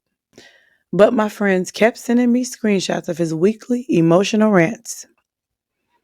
Conveniently, They always popped up right after I made a big move, like he had someone feeding him updates. But I didn't care. I was happy, finally, and I wasn't trading my peace for anything. It was the middle of my sunset self-care time, the part where I moisturized my entire body and slipped into my mauve silk robe. Then my phone rings. It was Michael. It had been a while since we talked. We never officially ended things. We just drifted. Life pulled us in different directions. Me, dealing with Quasi's chaos. Him, raising his kids and working. I just couldn't bring myself to answer the phone. I had no desire for any kind of male attention. So I let the call go to voicemail and finished my routine. I still had some journaling to do before the sun dipped completely below the horizon. I had recently rented out an office, one I paid for from my own revenue, but having the freedom to work in the city of my dreams made every penny worth it. I started work every day at 6 a.m. Harmony and Huxley took the bus to and from school. I usually arrived home in time for a late lunch with them.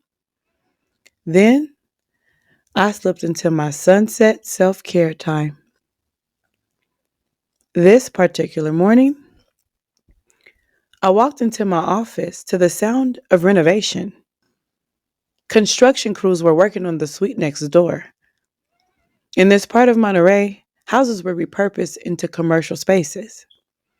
It wasn't unusual to see a medical office next to a salon or a lawyer sharing the street with a boutique.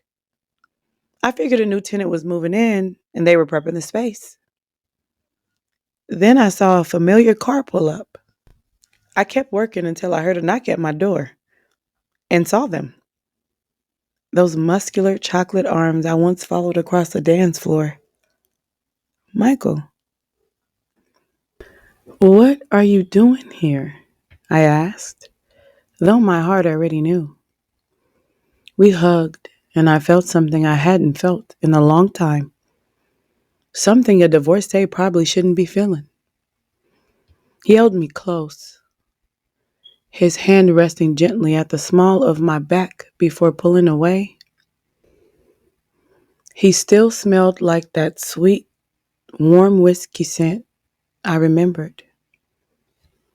I didn't get that metallic scent with a hint of bergamot like I had with Quasi or Donovan.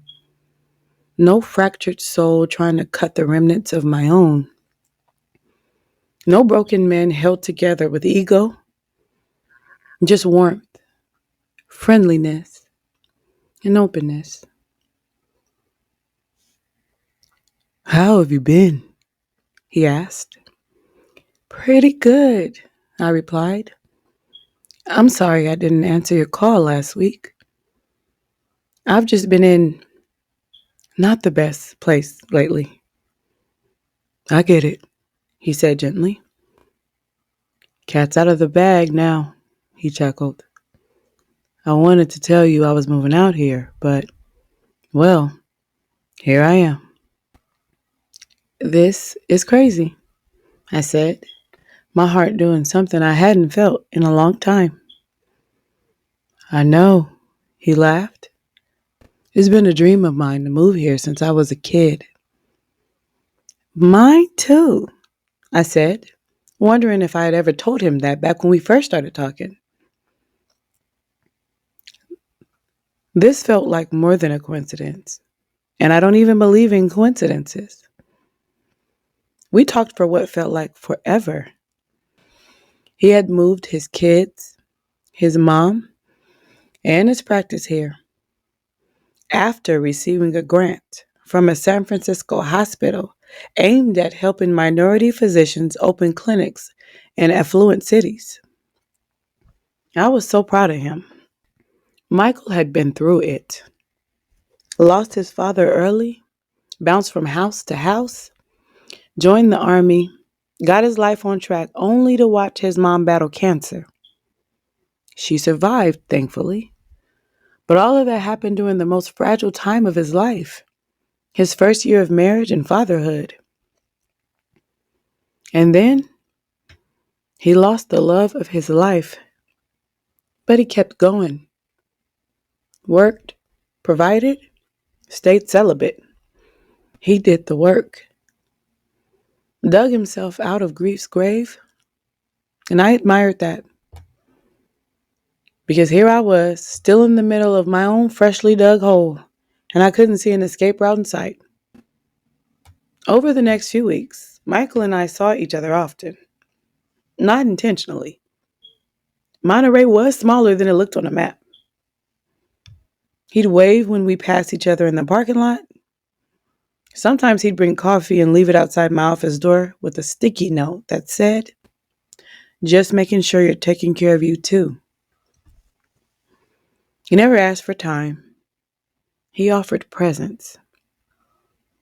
There was one morning I came in late, frazzled from a call with Harmony School, and found a warm croissant and chamomile tea waiting on my desk. I didn't tell him my favorite tea was chamomile, but somehow he remembered. That day, I broke my rule and invited him in. We talked over breakfast, about our kids, our work, how Monterey felt like a second chance neither of us planned for. I like who I am here, I admitted. I don't think I've ever said that out loud. "You look like you like yourself here," he replied softly. "And I've always liked you, wherever you were." I froze, not in fear, in unfamiliarity. Men from my past loved the version of me that needed fixing, or saving, or silencing. Michael spoke like he saw me, not just the version I pulled together after heartbreak, but the parts I was still rebuilding in private. Later that evening, during self-care time, I sat in the bath with the ocean breeze slipping through the cracked window. My journal stayed closed. Instead, I lay still, replaying Michael's voice in my head, the gentle way he said my name, the respectful pause in his gaze when our eyes met. This time, there was no pressure to perform healing. He let me be a woman in progress, and that felt like something new. The weeks that followed were quiet and gentle, two things I didn't know I needed. Michael and I created a rhythm, one built on consistency, not intensity. We met up after work for quick meals or beach walks. We shared playlists, traded books, swapped stories of our worst clients, our childhoods, and the ways we survived them. He never tried to fill the silence. He let it sit with us like a guest at the table. It was strange, new, but safe. One evening, I caught myself smiling at my phone because of a meme he sent of a dog wearing glasses with the caption, "Me pretending to be emotionally unavailable." I snorted in the middle of the checkout lane at Trader Joe's. The woman behind me asked if I was okay. I wasn't sure how to answer. Another night, he brought Huxley a vintage comic book set and showed Harmony how to make her fancy ramen with just eggs and sesame oil. Watching him laugh with them, watching my kids light up around someone who didn't expect anything from them, it started chipping away at something in me. I didn't know what to do with a man who didn't want to take anything. Just be near. Be present. I started waking up earlier to do my hair, just in case I saw him in the hallway. I wore the perfume I hadn't touched since my last real date. I even found myself humming again. That scared me, because it meant I was feeling something real. And real things break. It was his idea to drive to the coast for a late lunch and watch the sunset. I found this spot, he said, handing me a coffee and pointing to a quiet trail near Bodega Bay. It looks like it was made for people who've been through too much but still want to believe in something. I smirked. So, like us. Exactly. He grinned. We hiked a little, nothing too intense, and then sat on a blanket he'd thrown in the back of his car. Roasted veggie sandwiches, lemonade, and fruit. The kind of meal you don't rush through. The sky stretched wide and endless over the cliffs, the horizon bleeding into soft fire. Peach, coral, lilac. He laid back with his hands behind his head, eyes closed. You ever notice how sunsets kind of feel like God apologizing for the day? I laughed. If that's true, I think today's apology is sincere. We watched in silence for a while. At one point, I leaned into him, just enough for our shoulders to touch. He didn't move. Neither did I. You're easy to be around, I said quietly. You're easy to like, he replied. I turned my head to look at him. He was already watching me.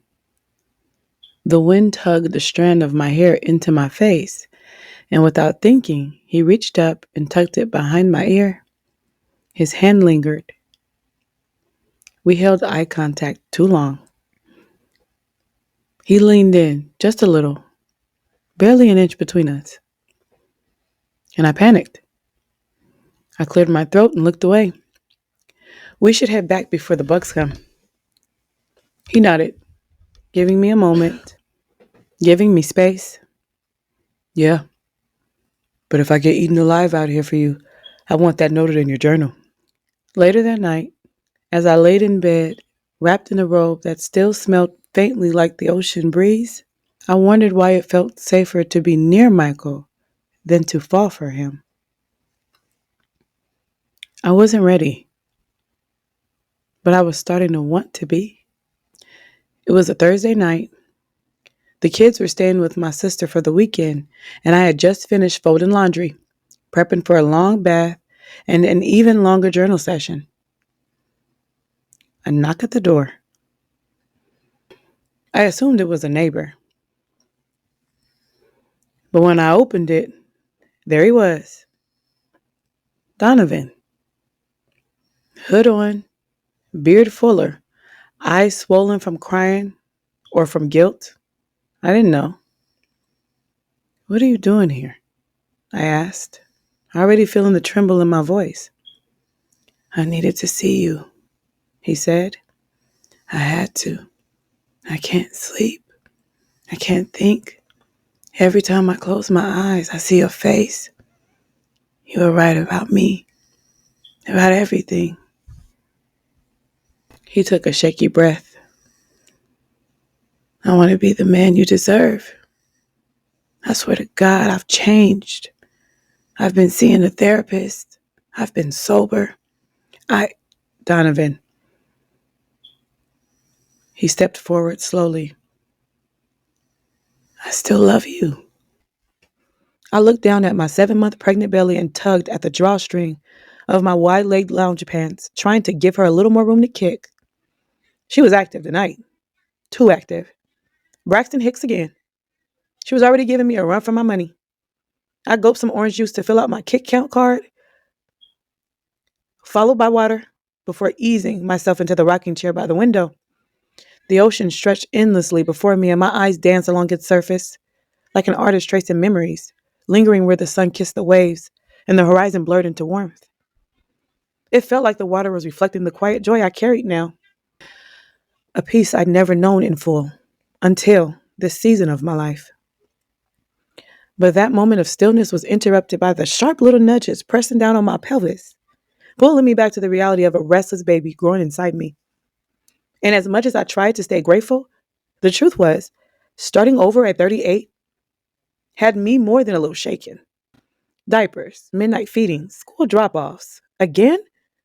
Just when I'd started to reclaim myself, I was back at the beginning, wondering if I still had what it took to endure sleepless nights and co-sleeping or the dreaded labor pains I thought I'd left behind years ago. Was I really about to do this again? I hated that part of me that wanted to believe him, that old, broken part that missed what we used to be before we became poison. I let him in. We talked. We cried. And somehow, because heartbreak has its own language, we touched, we kissed, we spiraled. That night, our bodies remembered each other too well. And in the morning, I hated how warm the sheets felt, how his voice hummed against my shoulder like it used to. I hated how much I needed that kind of touch, even if it came from the wrong hands. 3 days later, I asked Michael for space. I need to figure some things out, I said, not quite meeting his eyes. He didn't speak right away, just nodded once. Okay. I mean it, I added, my voice cracking. I'm not okay. I thought I was done, but I'm not. Michael took a slow breath, put his hands in the pocket of his scrubs. Did something happen? I hesitated and then told the truth. Donovan showed up. He didn't flinch, but I saw it. That quiet breath that caught in his chest, a flicker of something wounded in his eyes. I don't know why I let it happen, I confessed. I guess I still don't know how to do this without him. It's like every time I try to move forward, I trip over who I used to be. Michael stepped closer, not in anger or frustration, but with the kind of understanding I didn't feel I deserved. He gently reached up and tucked a piece of hair behind my ear, the same way he always did when I got flustered or couldn't find the right words. Then he kissed my forehead, just like before. But this time, it shattered something in me. Because it didn't feel like a beginning, it felt like a goodbye, wrapped in patience. I'll be here, he whispered, when you're ready, if you're ever ready. I blinked quickly. My throat got thick. I'm sorry. He smiled softly, but his voice was serious. You don't owe me sorry. You owe yourself honesty. He stepped back and put his hands by his sides. My grandmother used to say 3 things should never be rushed, he said in a low, thoughtful voice. Saying something hateful, saying I love you, and starting a new relationship. A sad laugh escaped me. Those things are probably why my marriage didn't last. He smiled again, wider this time, but it didn't quite reach his eyes. You're not broken, Angel, he said gently. You just need a little more time to heal. I didn't respond. I couldn't. I turned and walked away, feeling the weight of the moment settle into my bones. That night, I soaked in the tub as golden hour poured through the window, wrapping around me like a soft shawl. The bathwater smelled of lavender and eucalyptus. The steam kissed my skin. The silence didn't ask anything of me, and still I cried. Not the gut-wrenching sobs of heartbreak, but the quiet ache of realization. The kind that comes when a good man walks away, not because you didn't want him, but because you didn't know how to stay soft for someone who hadn't bruised you first. As I massaged shea butter into my arms, the tears kept falling. I remembered Michael's hands, steady and careful, his patience and his peace. And silently, like a whispered prayer, I thought to myself, I hope God's apology to you will lessen the pain I caused. The ocean outside still danced for me. But tonight, the tide knew I was grieving a good thing. 3 months later. Somehow Donovan was back. Not with a heart-to-heart or tear-filled apology. Hell, it wasn't even a mutual decision. It was like letting him back into my body gave him access to my life again. The hardened part of my heart softened just a little. Just enough to let my guard down. So when he started showing up again, sleeping over, leaving socks on the floor, asking what's for dinner like we hadn't spent months apart, I let it happen. Why? Maybe I was lonely. Maybe I was stupid. Or maybe I just wanted to see if he'd change. But above all, I knew it was wrong. We were sitting on the couch after dinner. It was quiet. Too quiet. That familiar tension hung between us. The kind that used to settle in after he'd get caught lying. I'd wait for an apology. He'd wait for me to forget. But I had moved on. And he came back. So if he wanted me this time, he'd have to do something he never did. Tell the truth. So what is this, Donovan? I asked, skeptical, but still giving him the benefit of the doubt, holding up his hand and flapping his fingers in that dismissive talking gesture. Then took a sip of his wine cooler. We're going to have to talk at some point, I said, calm but firm. He kept his eyes glued to the TV, ignoring me. I grabbed the remote, turned the TV off, and stepped before him. You're not going to ignore me in my own home. I asked for a divorce. You came here asking for another chance. So either we iron it out and go to counseling, or we end it here. Clean. He stood up and got in my face, eyebrows tight, his finger wagging like I was some kid. You embarrassed the hell out of me. I had to explain to my parents, your parents, why you just up and left our home. I laughed. Once again, he was playing the same game. And did you tell the truth? I asked, daring him. Don't test me, he warned, walking into me, crowding my space with his weight. I squinted at him. I couldn't believe he came back just to play this same tired game. Get out, I said, halfway done, halfway afraid of what would happen if he stayed. Nah, I ain't going nowhere. I'm not going through a divorce just because your spoiled ass didn't get the fairy tale beginning you wanted. I love you, Angel.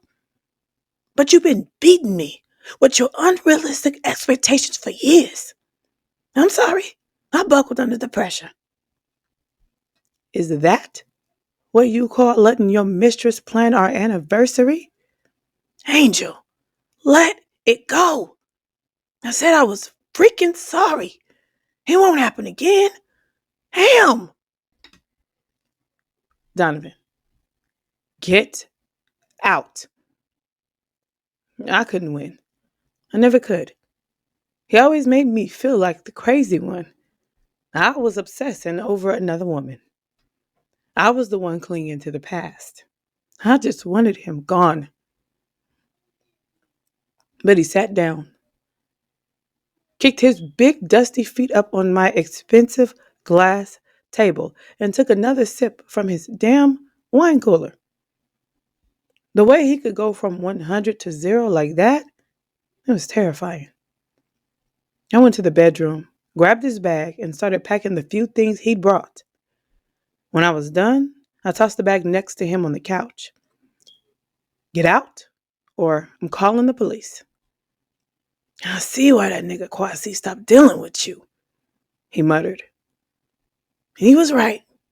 Women like you deserve to be alone. I laughed. Oh, y'all talking now.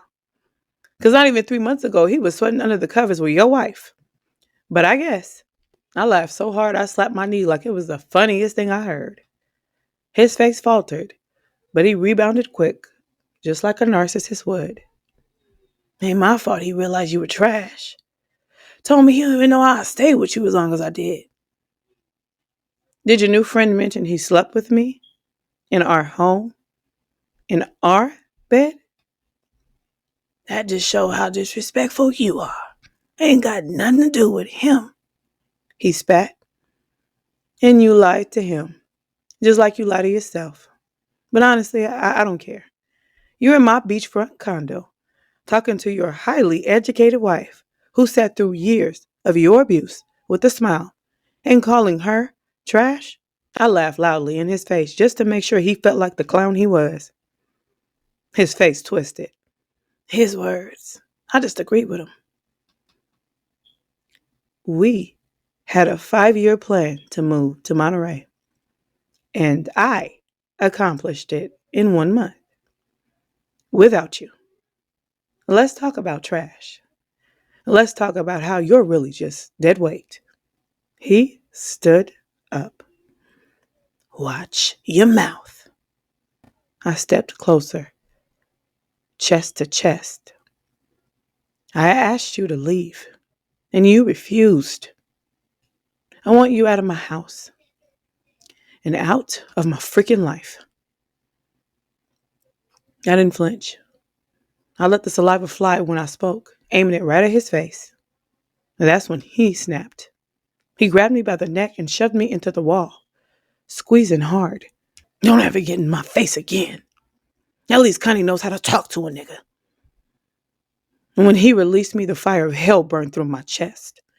I stormed to the bedroom, opened the safe, and pulled out my weapon. Came back with it aimed straight at him. And this would be self-defense, I said calmly, the barrel steady. So I'll ask you again, leave my home.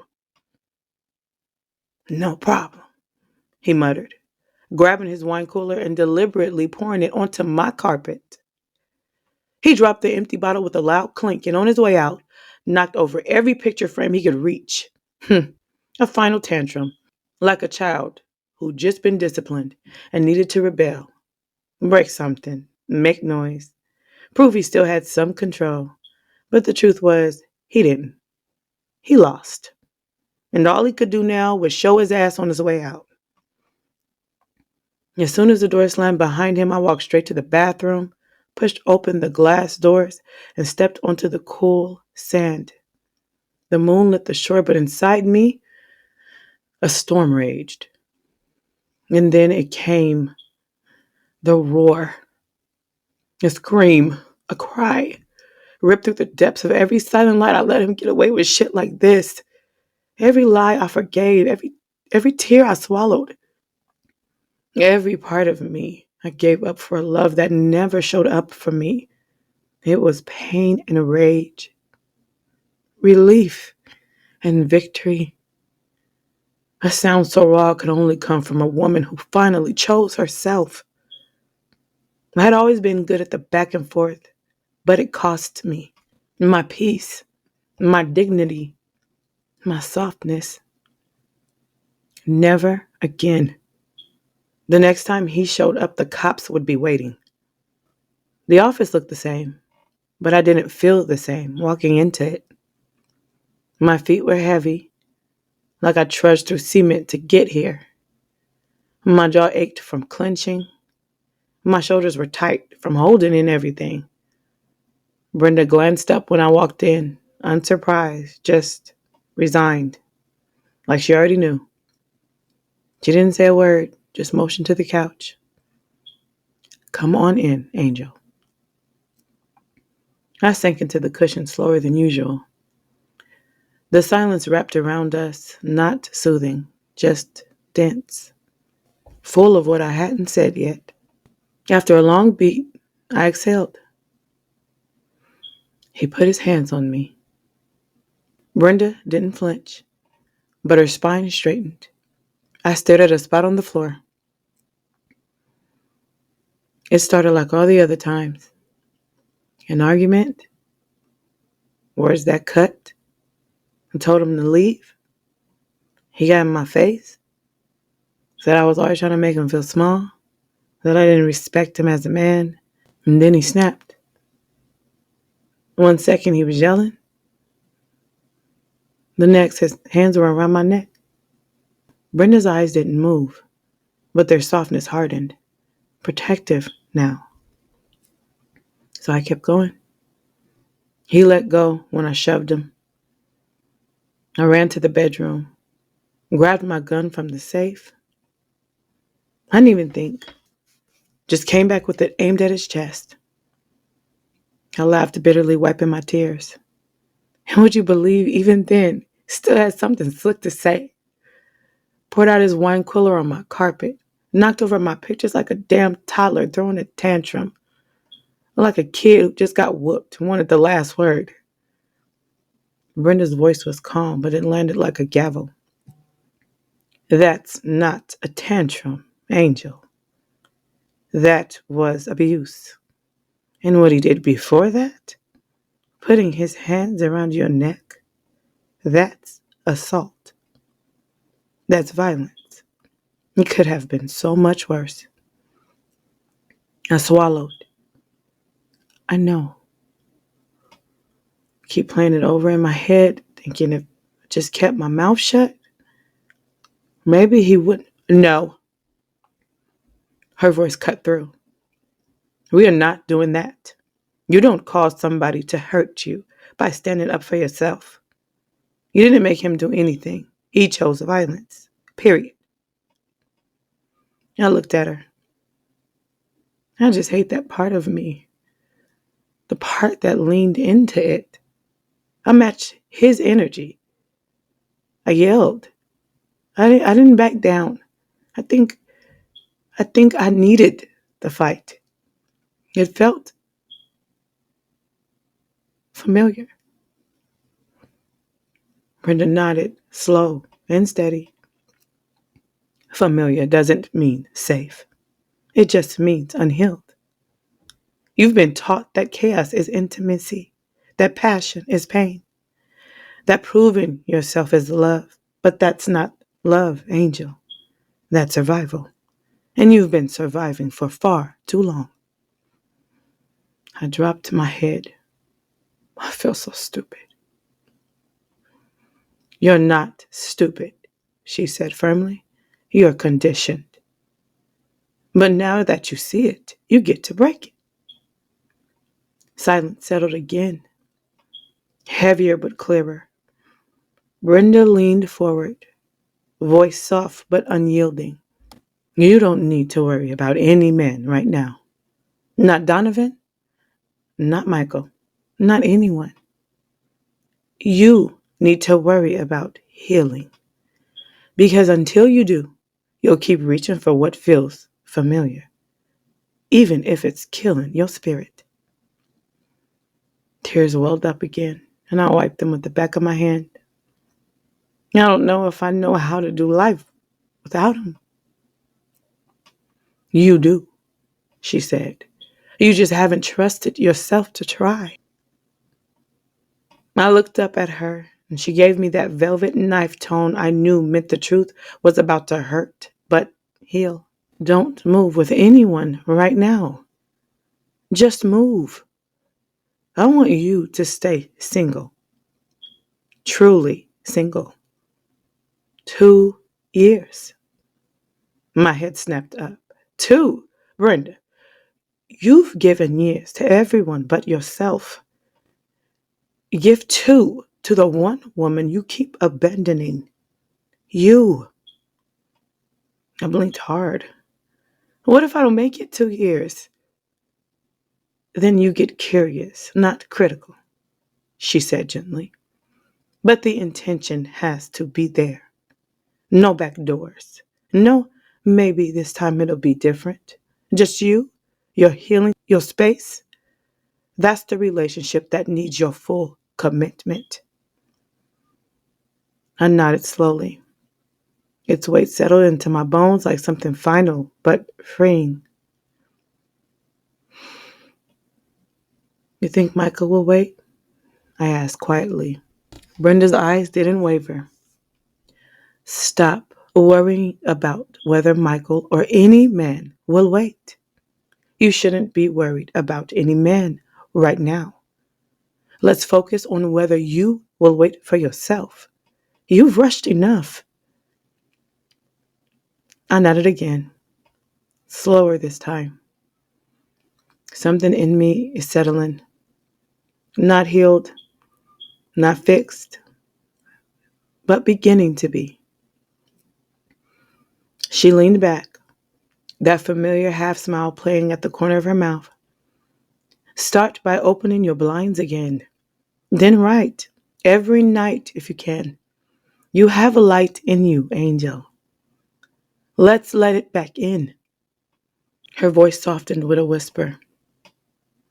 You still have the peach sunsets and amber glow of golden hour. Your children and your peace. That's all you need. Remember when you told me that? My eyes stung. I did remember. That night, the air in the condo felt different. Not warm, not quite cold, just still, like the space was waiting to see what I'd do next. I sat on the edge of my bed, phone in hand, fingers hovering over Donovan's name for longer than I wanted to admit. It was always like this, the weight of a final goodbye. But this time, I didn't let myself spiral. I didn't reread old messages or scroll through photos pretending they told a love story instead of a warning. I just typed. Going forward, please communicate through my mom or your sister regarding the kids. I won't be taking direct messages or calls unless there's an emergency. I stared at it for a second, hit send, and before the bubbles could start forming, I blocked his number. Then his backup number. Then deleted the text so I wouldn't be tempted to read his reply. It didn't quite feel triumphant. It felt clean, quiet, like wiping down a dusty counter you didn't realize was layered in grief. Then I opened a new message thread. This one took longer. My hand shook a little, not from fear, but from mourning something that never really got the chance to bloom. Angel to Michael. Hey, I just wanted to say thank you for your patience, for your gentleness, for seeing me even when I couldn't see myself clearly. I'm going to be focusing fully on healing, and I mean that in the deepest way. No dating, no distractions, just me, my kids, and my peace. I know this isn't what either of us hoped for when we met, but I need to give myself time. Brenda suggested 2 years, and for once, I agree. You deserve someone whole, someone ready. I hope when that person finds you, she sees how lucky she is. Until then, I'll be rooting for you, always. I didn't send it right away.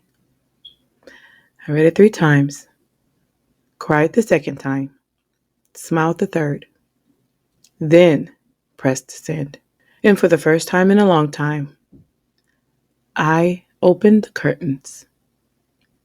The golden hour had already started. The tub was already drawn. Warm, milky water kissed with lavender and peppermint oil. Candles flickered along the tile ledge, their soft glow dancing in rhythm with the golden hour light spilling through the bathroom window. The sun was setting slowly, like it too wanted to savor me. The room smelled of eucalyptus, honey, and something new I couldn't name yet. Something hopeful. I sank into the water with a sigh so deep, it felt like it came from the version of me I buried years ago. The water curled around my collarbones like a velvet embrace. And for once, I didn't reach for my phone. There were no messages to check. Donovan was blocked. Michael had received my messages with grace, though honestly, I didn't deserve it. I told him plainly and gently, I won't be available for 2 years. I need to be mine first. The bath was quiet, but not silent. Jazz played low in the background, soulful, no lyrics, just notes that understood me. The kind of sound that didn't need words to be felt. I dipped the washcloth into the water and ran it over my thighs, arms, and chest, not to scrub, not to rush, just to feel, to be with myself. As I moisturized after, I moved slowly, like a ritual. Each curve of my body acknowledged, claimed, and loved. Not because someone else might touch it later, but because it was mine to love. And I'm finally learning to love the space I occupy.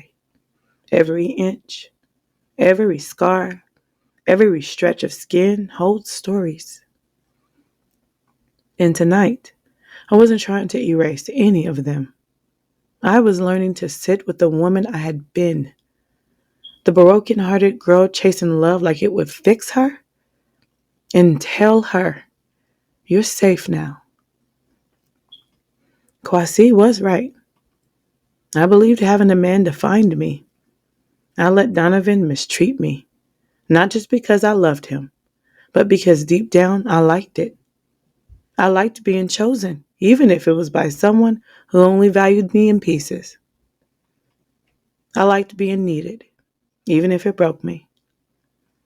There was a twisted comfort in being tolerated because I confused it with being kept. But I see clearly now. This 2-year commitment isn't just about celibacy. It's about clarity, about rebuilding my life without the weight of performing for love. I need this space for me, for my kids, for the version of me that still gets quiet when the house is too loud, and too loud when life gets too quiet. I'm pulling back from everything: family, friends, noise, and expectations. Not out of bitterness, but because I need stillness to grow. I can't find my rhythm if I dance to everyone else's song. And Michael, sweet, patient Michael. I wronged him with silence and confusion. I held his warmth with cold hands. I let him believe I was ready when I wasn't even close. He deserves a love that doesn't flinch, that doesn't disappear when the past shows up in familiar cologne and half-hearted apologies. And that's not something I can offer yet. Tonight isn't about redemption. It isn't about rebirth. It's just a woman, alone, warm, soft, full of ache and awareness, choosing herself. The curtains stayed open. The sunset lingered a little longer than usual, painting my skin in peach and gold. I closed my eyes, smiled to myself, and breathed in the stillness. For the first time in my life, I realized I was the centerpiece. Not a side note, not a project, not a placeholder. The next man won't get to tolerate me. He'll have to celebrate me. And for a while, I meant it. Your girl followed through. 2 whole years. No men, no romantic detours, no saving anyone but myself. Just therapy, solitude, and my babies.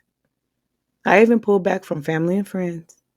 Not because I didn't love them, but because I needed the kind of stillness that doesn't come with company. I sat in every silence, faced every shadow, owned every truth, even soothed the scars inflicted on myself.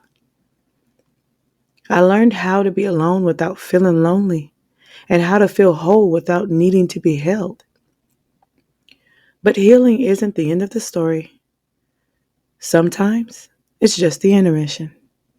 5 years later, the tub water was still warm, infused with lavender oil and soft pink rose petals that floated like quiet affirmations.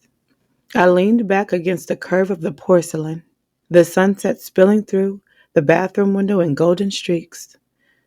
The blinds were open, a promise I kept to myself. My 7-month belly peeked above the bubbles, round and stubborn. She kicked again, firm and sure, like she had something to say. I smiled and traced a slow circle over the taut skin. "Okay, baby girl," I whispered. "I hear you." I took a sip of orange juice to finish my kick count, then set the glass beside the tub. The sky outside had melted into shades of apricot and peach, soft and glowing like hope. This was our new ritual. The tub, the sunset, the stillness, and her. The little girl I never expected, but who already felt like the best part of my story. I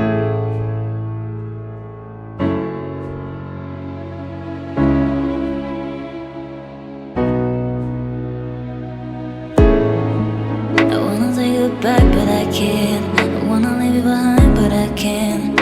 It's not easy to love you, darling. It's not easy to love you, darling. I should've left you in the moment. I should've told you all the problems. It's not easy to love you, baby. It's not easy to love you, baby. It's not easy to love you, baby. You just